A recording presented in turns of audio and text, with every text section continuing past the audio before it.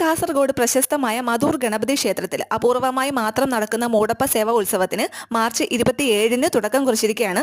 ഈ ക്ഷേത്രത്തെക്കുറിച്ചുള്ള ഒരു വീഡിയോ ഞാൻ നേരത്തെ ചെയ്തിട്ടുണ്ട്. ലിങ്ക് താഴെ ലെഫ്റ്റ് സൈഡിൽ കൊടുത്തിരിക്കാം. വലിയ ഗണപതി വിഗ്രഹത്തിനെ മുഴുവൻ അപ്പം കൊണ്ട് പൊതിയുന്ന ഈ ഉത്സവം അവസാനമായി നടന്നത് 1992-ലാണ്. 12 ദിവസം നീണ്ടു നിൽക്കുന്ന ഈ ഉത്സവം ഗ്രാൻഡ് ആയിട്ട് തന്നെയാണ് കേട്ടോ നടക്കുന്നത്. ആദ്യ ദിവസം തന്നെ ഞങ്ങൾ ക്ഷേത്രത്തിൽ പോയിരുന്നു.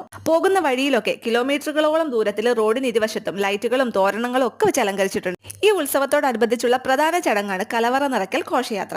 ഇതിൽ ഒരുപാട് സ്ത്രീകളും പുരുഷന്മാരും മനോഹരമായ വേഷമൊക്കെ ധരിച്ച് നൃത്ത ചുവടുകളോടുകൂടി ക്ഷേത്രത്തിലേക്ക് ആവശ്യമായ പച്ചക്കറിയും സാധനങ്ങളും ഒക്കെ ക്ഷേത്രത്തിൽ കൊണ്ടെത്തിക്കുന്ന ഒരു ചടങ്ങാണ്. കൊണ്ടുവന്ന സാധനങ്ങളൊക്കെ ഇവിടെ കലവറയിൽ നിറച്ചു വെച്ചിട്ടുണ്ട്.